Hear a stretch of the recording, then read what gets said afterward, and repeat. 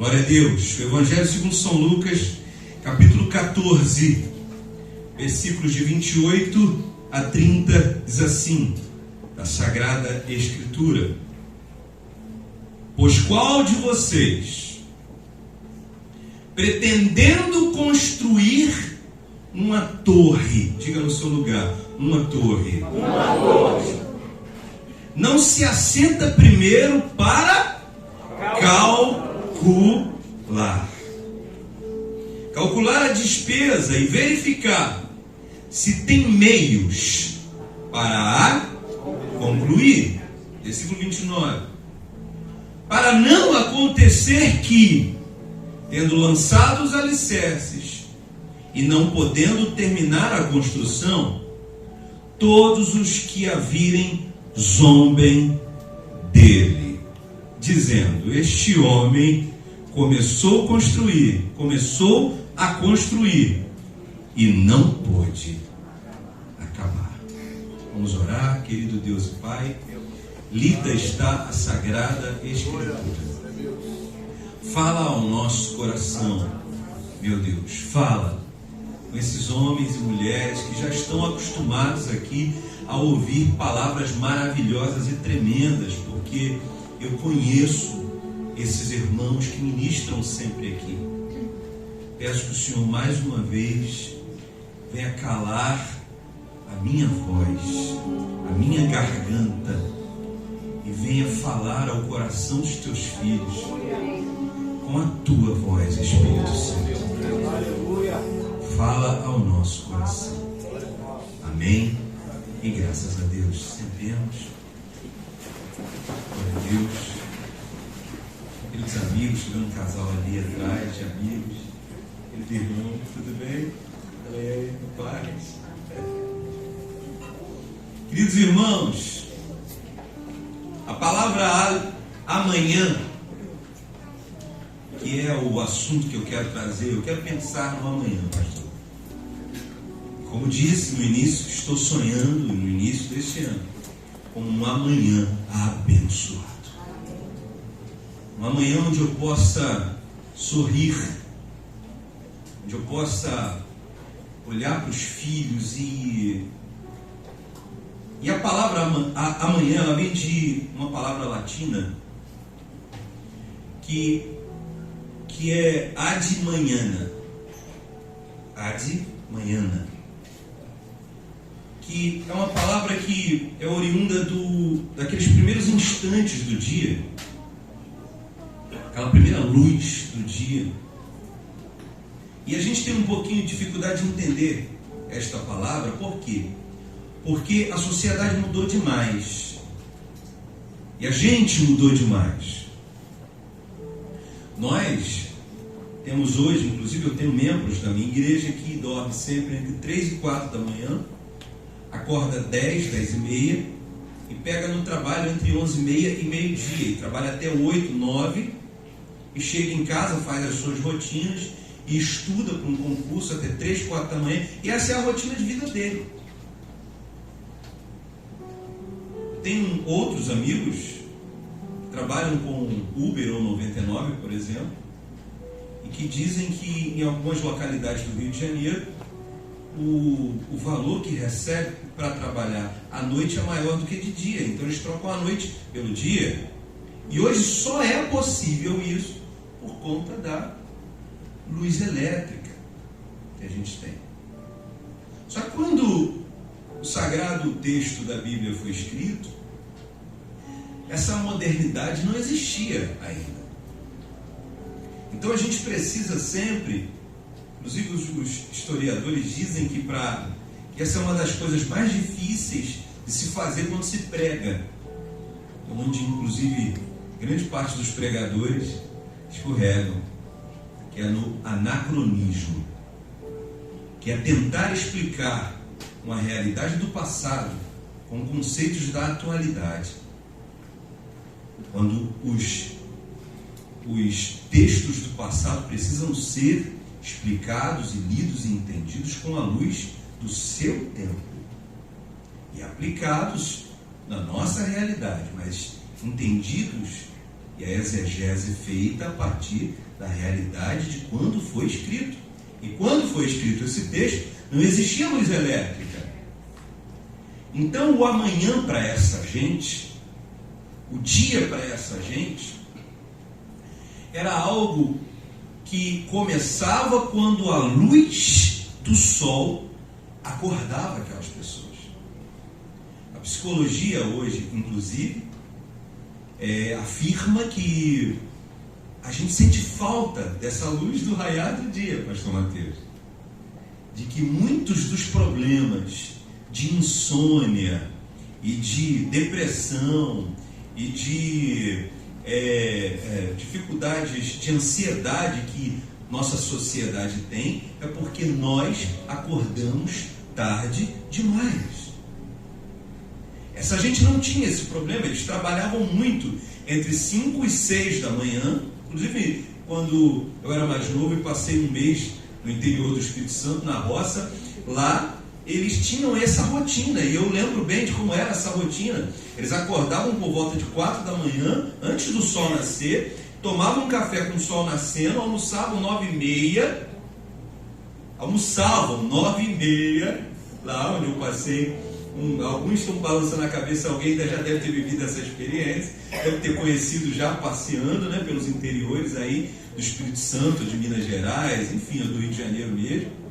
Eles almoçavam 9h30, eles tomavam lanche da tarde umas 2, 3 horas depois, e quando era 5 da tarde estavam jantando, 5, 6 horas. E todos, 7h30 da noite, estavam dormindo. Essa era a realidade de lá. E aqui nesse texto bíblico, esta era a realidade do povo. Porque era muito caro ter, só os ricos tinham a grande tecnologia das lamparinas.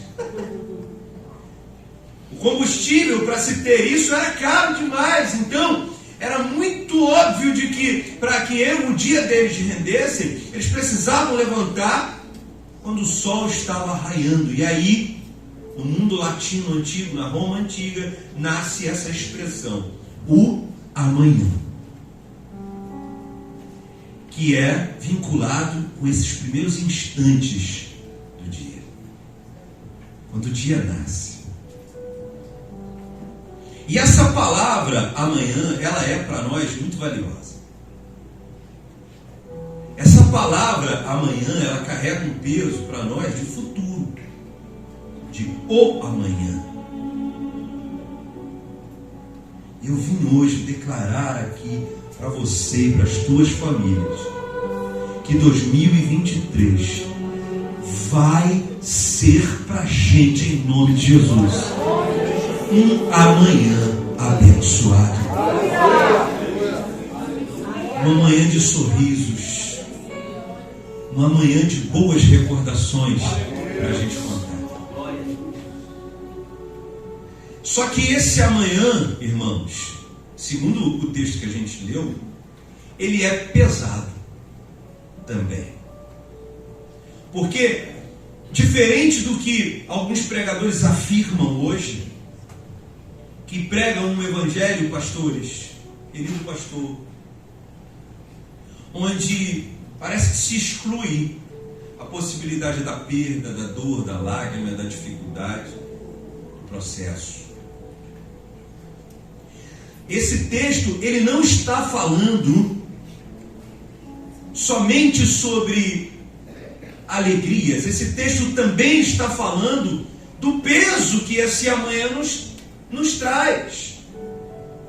O capítulo 14, ele vai nos mostrar uma cura, ele vai nos mostrar uma parábola de uma festa, de um jantar. Ele vai falar do amanhã de salvação. Cristo apresentava a salvação através de pequenas historinhas. A gente chama hoje de parábolas. Era um tipo de narrativa do mundo antigo, onde eles contavam histórias.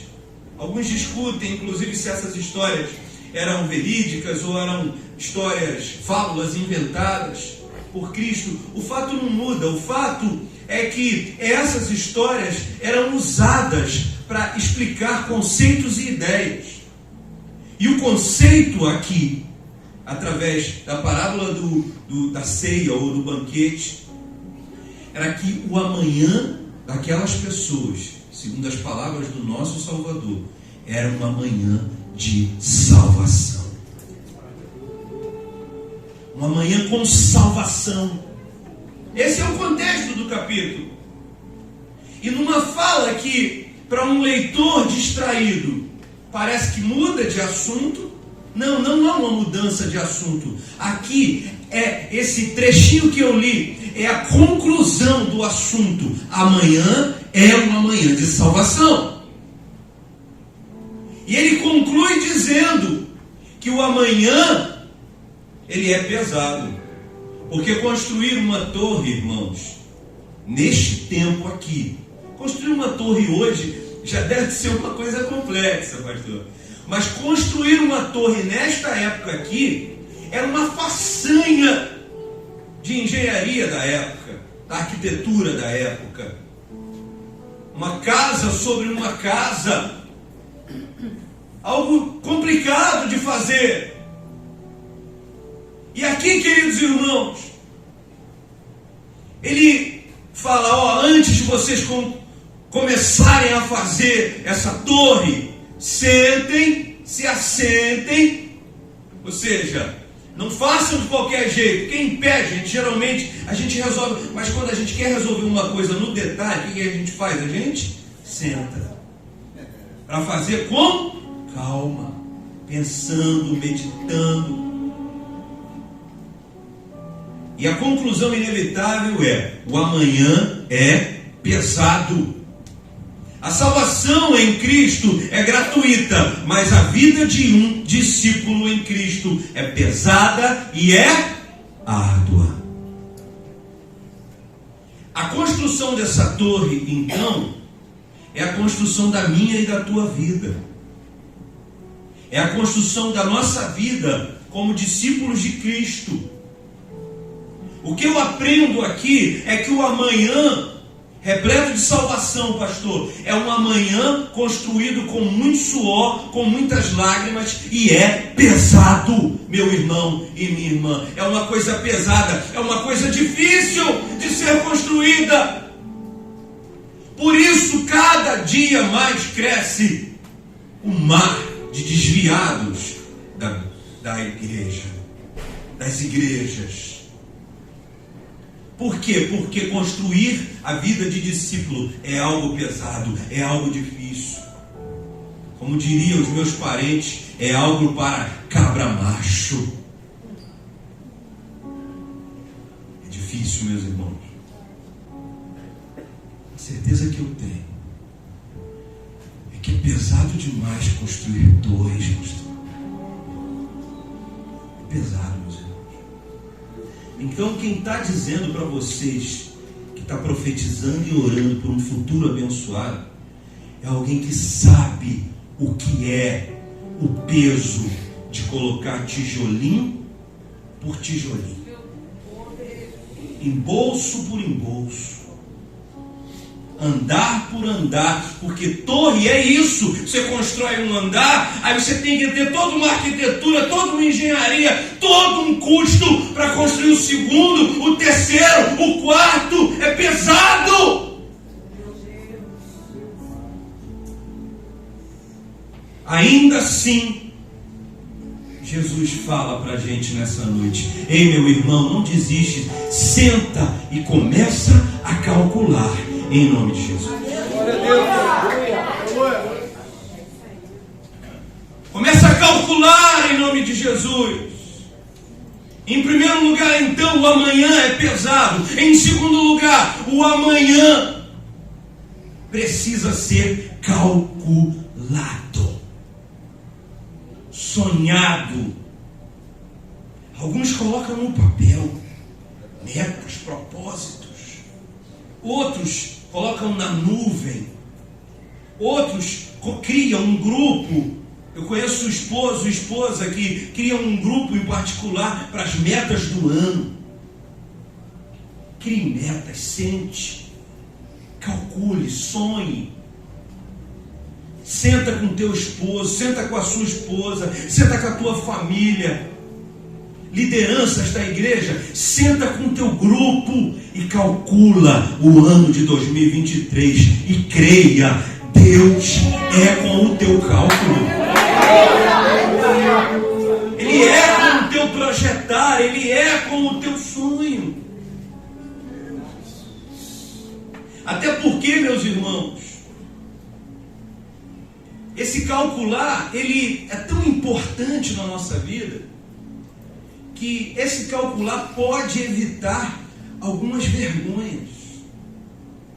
Porque o texto vai dizer que Deus, Ele quer nos poupar de algumas vergonhas.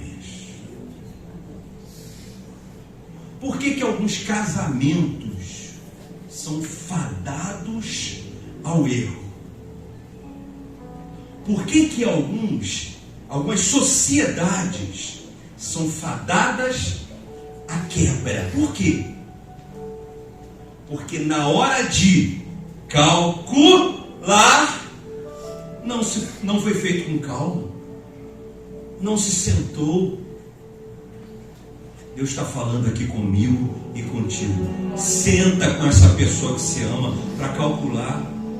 E tenha a coragem até de dizer assim: ei, meu irmão, calculando aqui, eu cheguei à conclusão que não dá para a gente ser sócio. Tenha a coragem, jovem. Tenha a coragem, pai, mãe, de sentar com teu filho, com a tua filha, e dizer: filho, eu estou sentado aqui calculando e estou dizendo para você, não casa. Filha, eu estou sentado aqui e dizendo para você, calculando, não é hora de você buscar essa graduação, é hora de buscar a face do Senhor. Mas a gente, irmãos, quando está empolgado, a gente não quer sentar para calcular. A gente só quer sonhar e viver o sonho, viver a paixão, viver a empolgação. Deixa eu trazer um número aqui para você. 75% das pequenas empresas, elas quebram no primeiro ano de negócio. Por quê? Por quê? Porque não calcularam. 75% das pequenas empresas quebram porque não sentou antes para calcular se podia. Meus irmãos, Deus nos fala com esse texto. Ouça bem, não perca o contexto. O contexto é a formação de um discípulo. O que eu aprendo aqui é que construir esse discípulo aqui, bate no seu peito e fala: esse discípulo. Construir esse discípulo, em primeiro lugar, é pesado, é custoso. Em segundo lugar, precisa ser pensado e calculado. Planejado, planejamento. Ei, meu irmão, alguns de nós aqui dá aula de planejamento financeiro, dá aula de planejamento familiar, dá aula, mas não consegue planejar a vida com Deus. Não consegue encontrar espaço na agenda para aprender a palavra, para ter um devocional, para ler a Bíblia, para ler a Sagrada Escritura, no mínimo uma vez por dia. Não consegue calcular. Como é que quer construir uma torre? Calcule, faça contas. Quantos minutos eu tenho na hora do almoço? Quantos minutos eu tenho? Nosso líder dos jovens gosta de dizer lá: não está conseguindo ler a Bíblia? Ah, rapaz, isso aí é bobagem sua, porque todo mundo pode acordar 10 minutos mais cedo. Quem é que não pode acordar 10 minutos mais cedo? Não, pastor, mas eu levanto 4 da manhã. Ah, levanta 10 para as 4. Quem é que morreu por acordar 10 minutos mais cedo?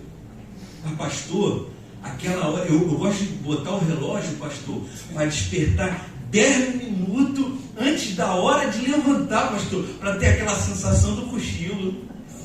O celular até inventou, né? Modo cochilo, modo soneca. Eles inventaram isso no caso do brasileiro, gente, não é possível. Modo soneca. Porque o cara levanta aqui, pastor, como é que eu vou levantar 10 minutos? Dá de oferta, calcula, senta e calcula. Eu vou ofertar 10 minutos por dia para o meu Deus. Vou acordar todo dia 10 minutos mais cedo. Calcula, meu irmão. Então o amanhã, ele é pesado. O amanhã tem que ser calculado. Mas o amanhã, em nome de Jesus, prepara glória a Deus aí. O amanhã precisa ser construído pela fé. Fé. Sem fé não tem amanhã. O amanhã, gente, depende da fé. As palavras que digo sobre o amanhã devem ser cheias de esperança e de fé. O seu profetizar sobre o amanhã tem que ser repleto de esperança e de fé. Queridos irmãos, aqui em Lucas ainda, no capítulo 6, uma parábola até parecida com essa, vai apontar sobre a construção de 2 casas. Que até um dia desse eu li errado aquele texto, porque a gente escuta crescendo, a gente escuta as pessoas repetindo, né? Falando que é a casa edificada na areia e a casa edificada na... Não, isso não está escrito.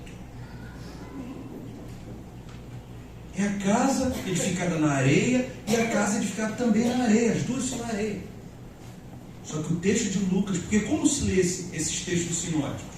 Você tem que ler eles juntos. Lucas escreveu com uns detalhes, Marcos com outros detalhes, e Mateus com outros detalhes. E Lucas dá um detalhe que não dá nos outros dois.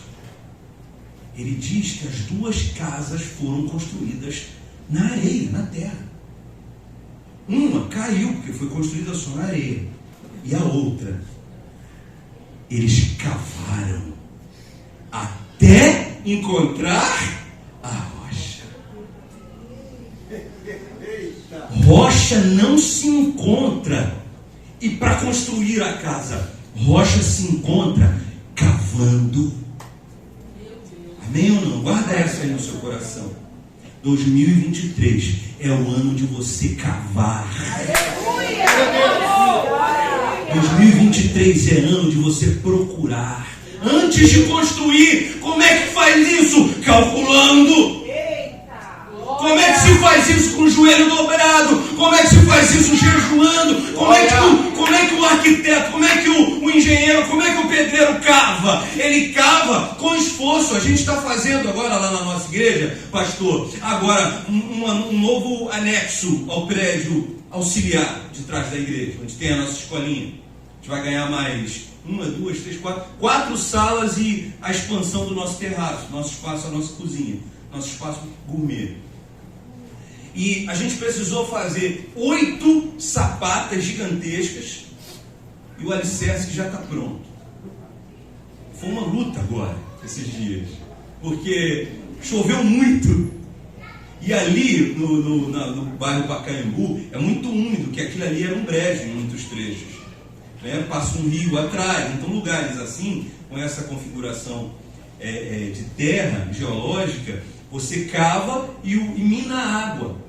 E quando chove é uma dificuldade para você encher as sapatas, você encher, fazer o alicerce. Então, até achar a terra firme, você tem que cavar muito. E o que em algumas outras construções seria necessário cavar ali 1 metro, até 80 centímetros em alguns lugares, nós lá cavamos 2 metros de fundura em cada sapata. Por quê? Porque cavar é cansativo, é difícil. Mas só acha rocha para construir casa quem primeiro aprendeu a cavar. No nome do Senhor Jesus Cristo, 2023 é ano de você reaprender algumas coisas. Reaprender, mas mas pastor, eu tenho um nome importante na cidade, eu já sou conhecido. Ei, varão, varoa, é tempo de voltar a aprender a pegar nas ferramentinhas para cavar. Quem não tem prática, gente, faz calo na mão, né, pastor? Quem não tem prática vai se ferir, vai se machucar, mas que no nome do Senhor Jesus este processo não te mate, que este processo te erga. Que esse processo de cavar e de buscar o chão firme, de buscar a rocha para construir o teu futuro, para construir o teu amanhã, seja um cavar abençoado. Você lembre desses dias com alegria. Que eu possa lembrar aqui dessas lágrimas e transformar isso aqui num bom testemunho. No final do ano passado, Deus falou muito ao meu coração. Porque eu sempre fui conhecido por ser um piadista, de ser divertido. Chegava nos lugares a fazer as piadas, botar apelido nos amigos. Os amigos pastor, tudo tem apelido. Meus amigos pastores, tudo tem apelido. Tem os pastores mais velhos lá da denominação, eu boto apelido neles. Eles nem sabem que tem apelido, mas tem.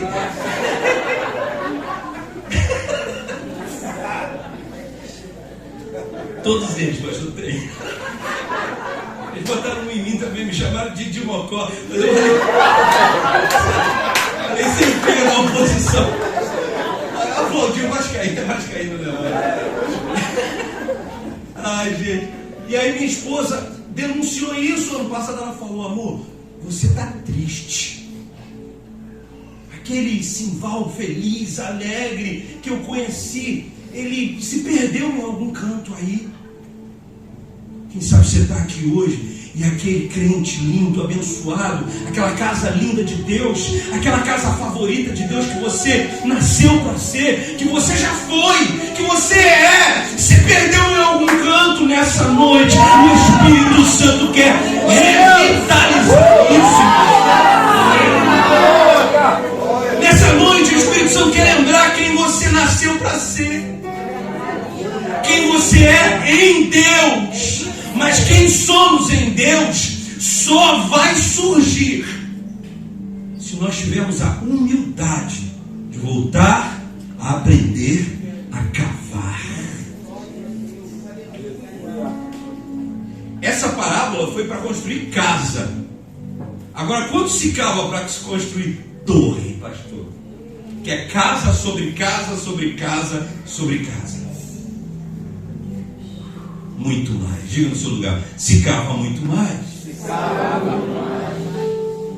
E é assim que é esta parábola, essa ideia, esse conceito, essa história, essa narrativa proposta aqui para falar do reino, para falar da construção do discípulo chamado eu.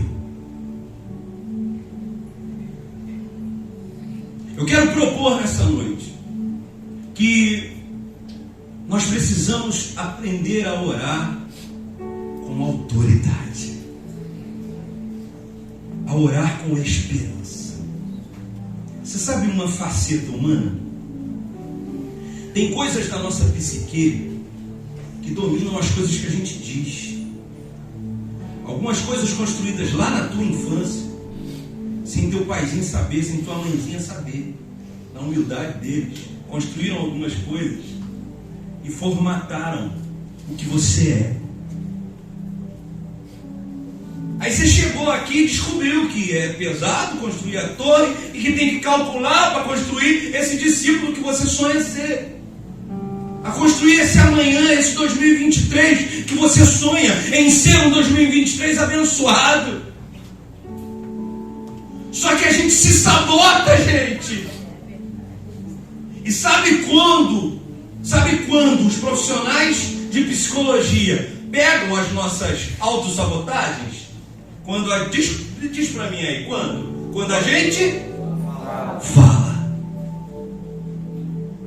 Alguns estudos de psicologia dizem que é necessário pelo menos umas 10 sessões para uma mulher começar a realmente falar as profundidades do seu coração para ser tratada. Um homem pelo menos 15 sessões. As 15 primeiras são quase que jogadas no lixo, porque a gente esconde a nossa profundidade, as sujeiras da alma, os porões do nosso coração. A gente não tem coragem de falar para ninguém, nem para a gente mesmo, a gente esconde. Aí quando a gente não tem mais o que dizer no consultório, aí a gente começa a colocar para fora. Falar assim. A gente se auto-sabota até na oração. Ah, pastor, não, na oração não, pastor. Na oração não, eu sou crente, sou pentecostal, eu sou assembleano, eu aprendi a orar, pastor. A gente se sabota orando, irmãos. Ah, pastor, então prova. É fácil até essa. A Bíblia fala que a gente é tão ruim orando que Ele mandou um amigo para a gente, o Espírito Santo. Por quê? Porque a gente nem orar sabe como convém. Quem nós somos? A gente não presta nem para orar, porque a gente se sabota orando, pastor. Pastor, explica melhor. Explico. A gente, quando vai orar, por exemplo, a gente usa o verbo querer. Ah, eu estou querendo no ano 2023. Eu ia fazer uma brincadeira com o cabelo dele, mas é muito bonito, eu não vou. Não, senão vão achar que eu sou um pastor invejoso, hein, pastor? Eu estou querendo, digamos que você queira construir, reformar o teu muro, o muro da tua casa, pronto. É uma coisa bem comum. Eu estou querendo esse ano reformar o muro lá de casa. Outro verbo que a gente costuma usar, pretender. Eu estou pretendendo esse ano 2023 pintar um muro lá de casa. A gente vem, meu Deus, no culto da virada, eu não escrevo esse propósito porque nesse ano eu estou pretendendo pintar um muro. Outro verbo que a gente usa muito, tentar. Não, esse ano eu vou tentar. A gente usa muito tentar para emagrecer. Não, segunda-feira eu vou tentar começar.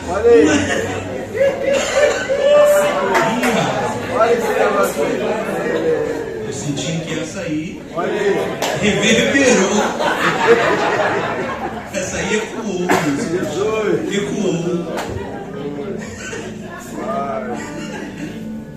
Segunda eu vou tentar começar aqui. Tantos gramas de proteína, e tem os técnicos, né, cara?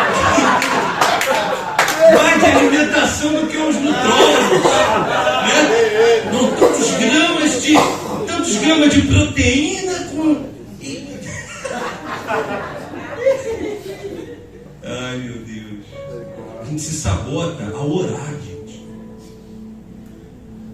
Lá na igreja, no início do ano, eu propus 2 verbos para os irmãos usarem. O verbo decidir e o verbo fazer. Aleluia. Esse ano eu decidi, eu vou pintar um muro lá de casa. Esse ano eu farei uma reforma. Ó, o verbo fazer. Eu farei uma reforma no muro lá de casa. Segunda-feira eu decidi que começo uma dieta. Muda tudo. Porque o verbo querer, pretender, tentar, eles se bastam. Se você terminar o ano 2023, tiver tentado, mas não tiver pintado o muro, você vai se resolver e se perdoar e se entender dizendo assim: não, eu não pintei, mas eu tentei. O verbo pretender é a mesma coisa. Não, eu não pintei o muro, mas eu pretendia. Deus conhece. Deus conhece meu coração. Você está falando isso porque o homem só vê a aparência, mas Deus, não é assim, gente. E aí a gente vai se sabotando. O verbo tentar, o verbo pretender, o verbo querer. Não, eu tô querendo, né? Eu não consegui, mas eu quis, gente. O verbo fazer, o verbo decidir, que não se resolvem no final do ano se você não tiver feito. Eu decidi pintar meu muro. Chegou no final do ano, não pintou o muro, você vai ser levado a uma realidade de erro, de falha. Aqui talvez falte no meu e no teu coração. O que falta, gente, é a gente dobrar o joelho com coragem, dizendo: Deus, eu errei aqui, ó. Eu estou cansado de ficar tentando, de ficar querendo, de ficar pretendendo. Este ano eu farei. Esse ano eu decido. Mas aí a gente constrói um outro problema, pastor. Um grande problema, inclusive. Eu termino a palavra aqui agora, inclusive. Abra comigo a Bíblia em Tiago, capítulo 4. Porque com isso que eu afirmei aqui, a gente cria um problema. Ô pastor, mas estava tão legal, como assim criou um problema? Eu estava me animando agora, pastor. Irmão, a gente cria um problema enorme, inclusive. Qual o problema? O problema é chamado soberania de Deus, meu irmão. Porque a gente não pode decidir futuro. A gente fica com essas infantilidades do nosso evangelho, achando que a gente pode decidir o futuro. E a gente não decide o futuro. Futuro, irmãos, entenda uma coisa aqui nessa noite. Por mais que você ore, busque, jejue, Deus é soberano sobre o nosso amanhã. Sempre foi. Sempre vai ser. Tiago diz assim no capítulo 4, versículos de 13 a 15. Escute com atenção. Escutem agora, vocês que dizem hoje ou amanhã. Olha o nosso amanhã aí. Iremos, olha o nosso verbo aí. Iremos para a cidade tal, e lá passaremos um ano. E, olha o nosso verbo aí. O verbo fazer, ou seja, a oração estava certinha, o verbo fazer, ó. E faremos, eu estou usando a NAA, não sei se é a mesma versão, a de vocês é um pouquinho diferente. Então vou ler aqui conforme está aqui na minha versão, a Nova Almeida atualizada. Escutem agora, vocês que dizem, hoje ou amanhã iremos para a cidade tal e lá passaremos um ano e faremos negócios e teremos lucros. Ou seja, está falando do amanhã, da construção da vida, do trabalho, do dia a dia, do cotidiano. Está falando disso. Versículo 14. Vocês não sabem o que vai acontecer amanhã. Olha o que Tiago fala. O líder da igreja, o comandante da igreja. Segundo alguns exegetas do Novo Testamento, o irmão mais velho de Jesus Cristo. Olha o que ele vai dizer aqui. Vocês não sabem o que vai acontecer amanhã. E aí ele faz assim com a gente. O Espírito Santo faz com a gente direto, né, pastor? Faz assim com a gente, ó, na cara da gente. Ele fala aqui, ó. O que é a vida de vocês? Vocês não passam de neblina, que aparece por um instante e logo se dissipa. Em vez disso, vocês deveriam orar. Aí, irmãos, como é bom ser um leitor da Sagrada Escritura, da Palavra, porque a Bíblia nos corrige. Até quando a gente acha que está aprendendo a orar certo, a gente ainda está orando errado. E a Palavra do Senhor corrige a nossa fala, corrige a nossa profecia, corrige a nossa oração. Ao contrário, vocês deveriam dizer assim: se Deus quiser, não só viveremos, como também faremos isso ou aquilo. Ou seja, o autor Tiago vai dizer aqui que a gente não tem como definir nem se a gente vai estar vivo amanhã. Ele diz, peraí, antes de dizer as suas frases, antes de falar, eu decido, antes de dizer, eu farei, vocês devem acrescentar no início da oração, se Deus quiser. E lá no finalzinho, antes de usar o verbo farei, decidir, você deve acrescentar também na frase, se eu estiver vivo. Porque é só se Ele quiser. E se Ele ainda quiser te manter vivo nessa terra. Esse texto nos humilha. Coloca a gente na posição que a gente precisa estar para ser um conquistador, para ser um campeão, para ser um construtor de torres. Que no nome do Senhor Jesus Cristo a gente venha parar nesse ano 2023 de ser construtor de meia água. Antigamente os antigos falavam aqui, pastor, que quando o pessoal estava pobrezinha construía uma meia água. Eu não sei o que é uma meia água. No final do culto, alguém me explica, mas eu acho que é uma casa pequenininha. Uma meia água. Pastor, depois me explica. O que é uma meia água? Uma meia água, será que é uma metade desse copo aqui bebido, gente? Senhora, depois me explica. Vamos parar de construir meia água e vamos construir torre em nome de Jesus. Só se constrói torre cavando, só se constrói torre colocando no início das orações, se Deus quiser. E só se constrói torre vivo. Esteja vivo, meu irmão. Seja uma igreja avivada. Seja a igreja restaurada do Senhor. Para de aceitar uma vida de crente que não dá glória, que não adora, que não serve a Deus adorando, que não adora. Ah, pastor, mas eu para adorar, eu quero uma Pil, uma Mapex, e eu quero uns 500 tom e uns pratos de 15 mil dólares cada prato. Essa piada só entendeu os meninos aqui e o pastor.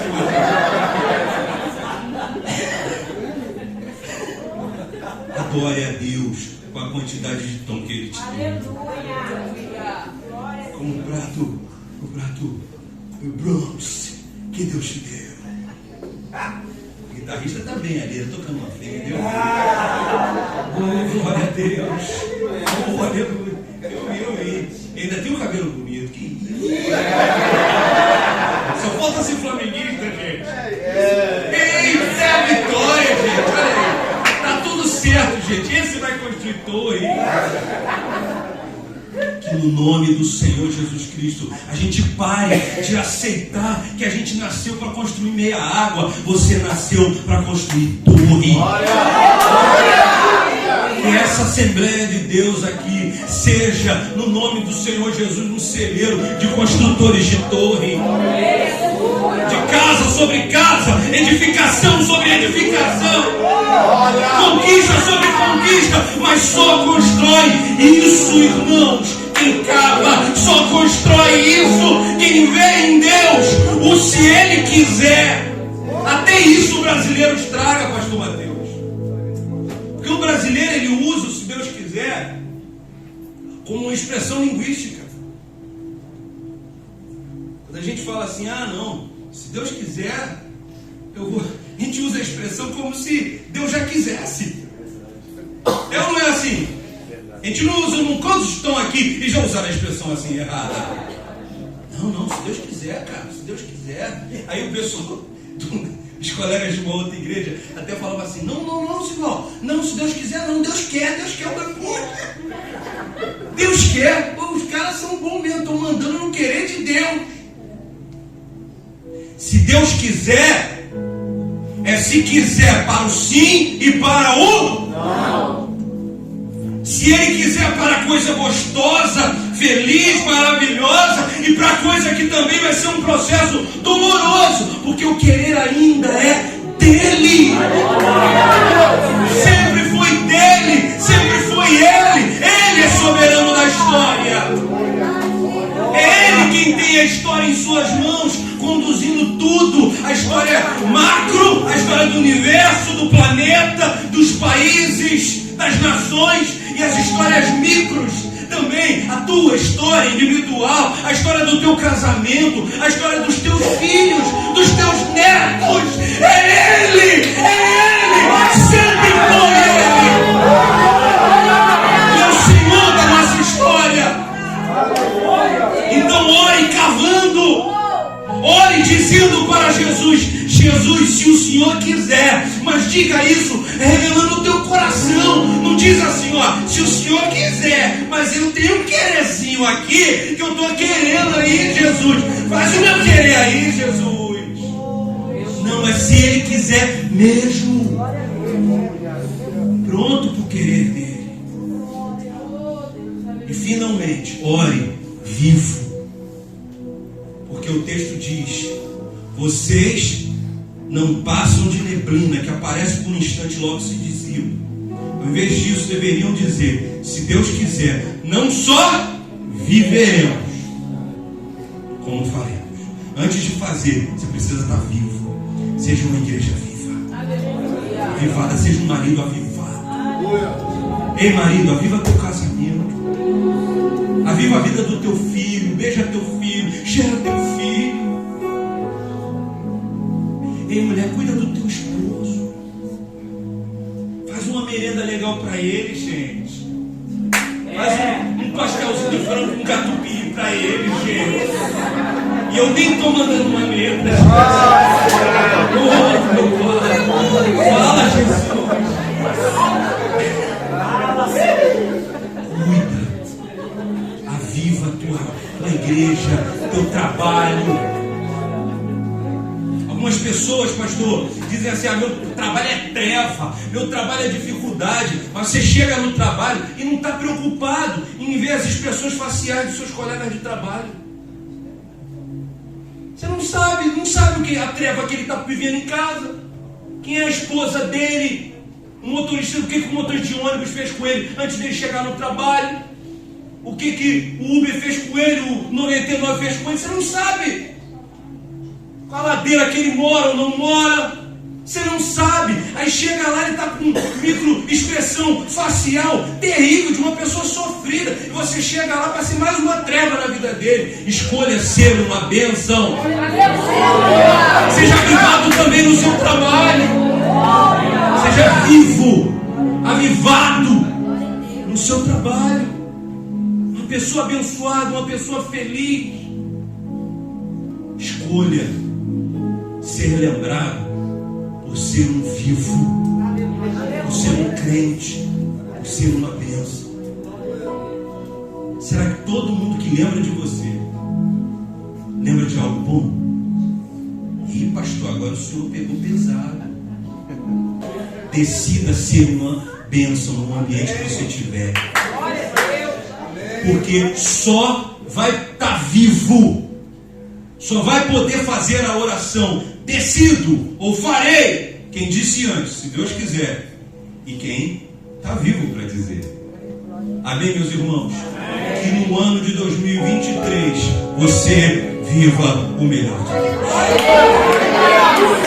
Amém, meus irmãos? Que no ano de 2023 você viva milagre de Deus. Milagre na tua casa, na tua família, aqui nessa igreja. Que o ano de 2023 seja ano de sorriso. Oh, meu Deus, como eu preciso. Seja um ano de alegria, um ano de bênção. Se Deus quiser. Agradeço a oportunidade.